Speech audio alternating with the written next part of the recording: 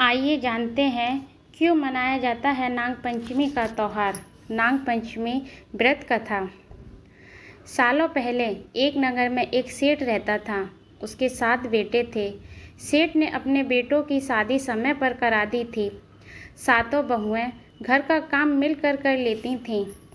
उनमें से सेठ की सबसे छोटी बहू खूब संस्कारी थी। एक दिन यूं ही काम करते हुए घर की बड़ी बहू ने अपनी देवरानियों से कहा कि घर को लीपने के लिए पीली मिट्टी नहीं है, जंगल जाकर मिट्टी लानी होगी।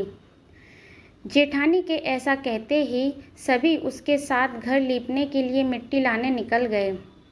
सभी खुरपी से मिट्टी खोद ही रहे थे कि तभी सबसे बड़ी वाली बहू को एक नाग नजर आ गया।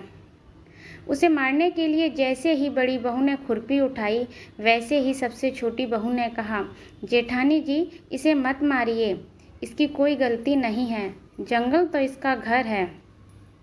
देवरानी की बात मानकर उसने नाग को कुछ नहीं किया। तभी उस छोटी बहू ने नाग से कहा कि आप एक जगह पर अलग बैठ जाइए, तब तक हम मिट्टी खोद लेते हैं, फिर आपके पास आएंगे। इतना कहकर सभी मिट्टी खोदने लगे और कुछ देर बाद घर चले गए। सभी के दिमाग से नाग वाली बात निकल गई। अगले दिन छोटी बहू को अचानक से याद आया कि उसने नाग को इंतजार करने के लिए कहा था।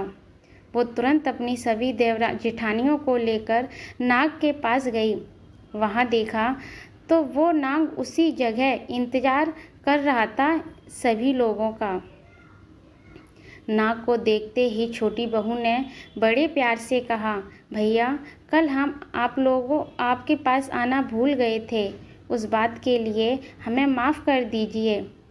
नाग ने जवाब दिया, तुमने मुझे भाई कहा है, इसलिए मैं तुम्हें दंड नहीं दूंगा, नहीं तो मैं अब तक तुम्हें डस चुका होता। आज के बाद तुम हमेशा के लिए मेरी बहन रहोगी। अब तुम अपने भाई से कोई वरदान मांग लो, मैं तुमसे बहुत खुश हूँ। इतना सुनने के बाद छोटी बहू ने नाग से बोला, मेरा कोई सगा भाई नहीं है, इसलिए मैंने आपको भाई कहा था। अब से आप मेरे भाई हो। अब हर दम मेरी रक्षा करना आपका फ़र्ज है। बस यही वरदान मुझे आपसे चाहिए। नाग ने हर कदम पर साथ देने का वादा किया और अपने रास्ते निकल गया। सेठ की सारी बहुएं भी अपने घर लौट आईं। कुछ समय बाद नाग इंसान का रूप धरकर अपनी बहन से मिलने सेठ के घर आया। उसने सेठ से कहा कि मेरी छोटी बहन को बुला दो, वो आपकी छोटी बहू है।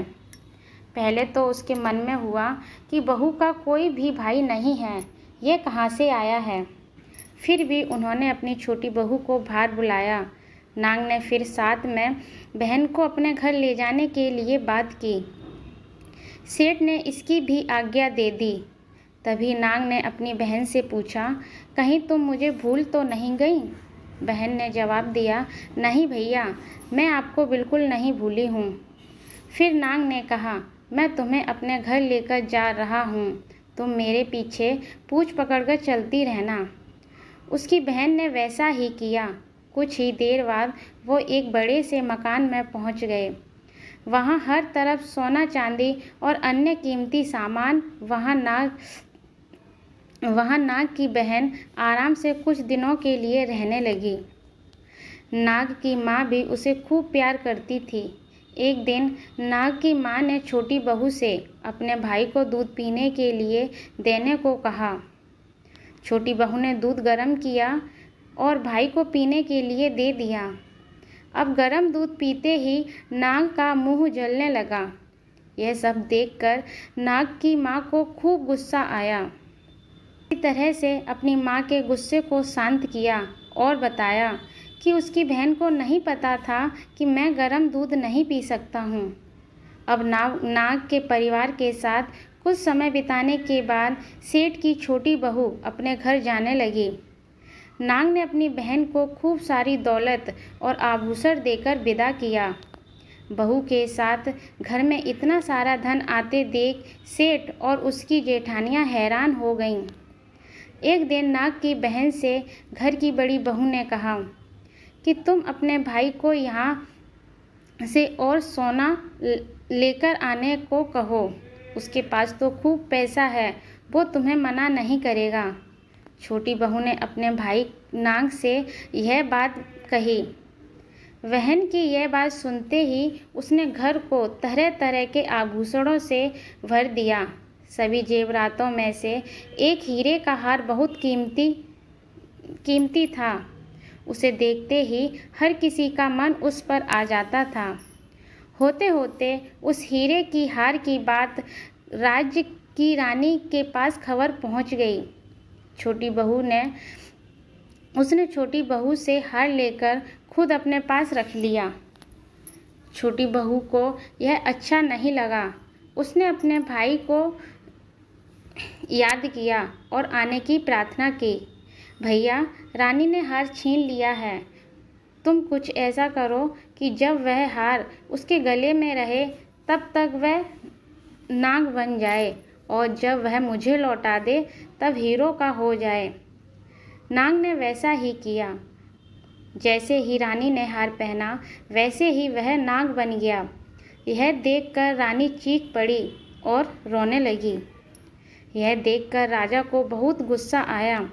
उसने तुरंत सेठ के पास खबर भेजी, छोटी बहू को तुरंत भेजो। सेठ जी डर गए। राजा ने क्यों छोटी बहू को बुलाया होगा।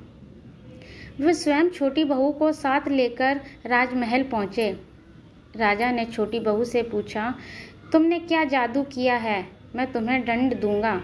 छोटी बहू बोली, राजन, गलती क्षमा कीजिए, यह हार ही ऐसा है कि मेरे गले में हीरो का हो जाता है और दूसरे के गले में नाग बन जाता है। यह सुनकर राजा ने नाग बना हार उसे देकर कहा, अभी पहन कर दिखाओ। छोटी बहू ने जैसे ही उसे पहना वैसे ही हीरो का हो गया। यह देखकर राजा को उसकी बात का विश्वास हो गया और राजा ने प्रसन्न होकर उसे बहुत सी मुद्राएं भी भेंट में दीं। छोटी बहू अपने हार सहित घर लौट आई। उसके धन को देखकर बड़ी बहू जलने लगी। जलने के कारण उसके पति को भड़काया कि छोटी बहू के पास इतना धन कहाँ से आता है। यह सुनकर उसके पति ने अपनी पत्नी को बुलाकर कहा, ठीक ठीक बता कि तुझे ये धन कौन देता है। तब वह अपने भाई नाग को याद करने लगी। तब उसी समय नाग ने प्रकट होकर कहा, यदि मेरी धर्म बहन के आचरण पर कोई संदेह प्रकट करेगा तो मैं उसे दंड दूंगा। यह सुनकर छोटी बहू का पति बहुत प्रसन्न हुआ और उसने नाग देवता को बहुत आदर किया।